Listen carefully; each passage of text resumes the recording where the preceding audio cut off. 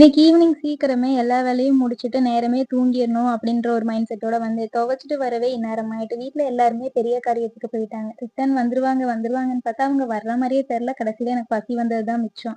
அதனால சரி டின்னர் எல்லாத்துக்குமே சேர்த்து செஞ்சு வச்சுட்டு நம்ம போய் தூங்கிரலாம் அப்படின்னு பார்த்தா, திரும்பி பார்க்கறதுக்குள்ள மணி 8:30 ஆயிருச்சு. தக்காளி சட்னி அரைச்சிடலான்றது தான் பிளானா இருந்துச்சு. கடைசியில வீட்ல இந்த மழைக்கு வெள்ள கரிசலாங்கண்ணியும், தூதுவள தழையும் நல்லா வளர்ந்திருந்தது. அது 2 கொஞ்சம் கொஞ்சம் பிச்சுட்டு வந்து அதையும் போட்டாச்சு. ஏன்னா வெள்ள கரிசலாங்கண்ணி தனியா சாப்பிடுறதுக்கு ஒரு மாரி மக்கியும். தூதுவள ஃபுல்லா நைட்டு சேர்க்க முடியாதுன்றனால 2யும் கலந்தாச்சு. கொஞ்சம் காரம் அதிகமா வச்சு சாப்பிட்டா 2மே செம்ம டேஸ்ட்டா இருக்கும். நல்ல ஹெல்த் பெனிஃபிட்டும் கூட. அதனால அதே பண்ணியாச்சு. இட்லி ஊத்திரலான்னு பார்த்தா கடைசியில தோசைன்னா இன்னும் கொஞ்சம் டேஸ்ட்டா இருக்குமேன்னு தோசை எல்லாத்துக்கும் சாரி அது ஊத்தாப்பம் மாரியே ஊத்தியாச்சு. தோசை ஃபர்ஸ்ட்டு வேகுதா, நான் ஃபர்ஸ்ட்டு வேலை செஞ்சு முடிக்கிறேனான்ற ஒரு போட்டியிலேயே கடகடன்னு எல்லா வேலையும் முடிச்சுட்டு தோசையும் கரெக்ட்டா வெந்து முடிஞ்சிருச்சு. எல்லாருக்கும் தோசை ஊத்தி முடிக்க எல்லாரும் வீட்ல வந்தாச்சு.